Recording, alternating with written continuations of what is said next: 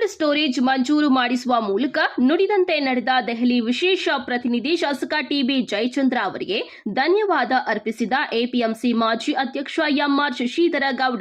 ಸುದ್ದಿಗೋಷ್ಠಿಯಲ್ಲಿ DCC bank ನಿರ್ದೇಶಕ GC Ravi, PLD bank ಮಾಜಿ ಅಧ್ಯಕ್ಷರಾದ ಚಿರತಹಳ್ಳಿ ಮಂಜುನಾಥ್, ಕಲ್ಲಹಳ್ಳಿ ಮುಕುಂದಪ್ಪ, ರಾಜಣ್ಣ, ನಗರಸಭೆ ನಾಮನಿರ್ದೇಶನ ಸದಸ್ಯ ರಾಮಕೃಷ್ಣ ಉಪಸ್ಥಿತಿಯಲ್ಲಿ ನಡೆಯಿತು. ತಾಲೂಕಿನ ರೈತರ ಬಹು ವರ್ಷಗಳ ಕನಸು ಸಕಾರಗೊಳ್ಳುತ್ತಿದ್ದು, ಎಪಿಎಂಸಿಗೆ 10 ಕೋಟಿ ವೆಚ್ಚದ ಕೋಲ್ಡ್ ಸ್ಟೋರೇಜ್ ಮಂಜೂರಾಗಿದೆ.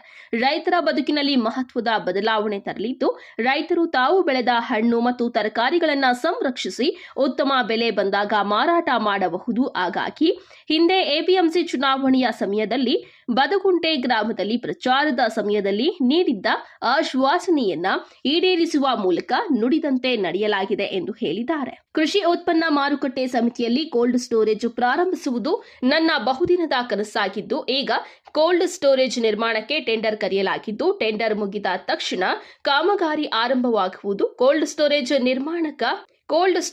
ನಿರ್ಮಾಣ ಶಾಸಕ ಟಿವಿ ಜಯಚಂದ್ರ ಅವರ ಪರಿಶ್ರಮವೇ ಕಾರಣ.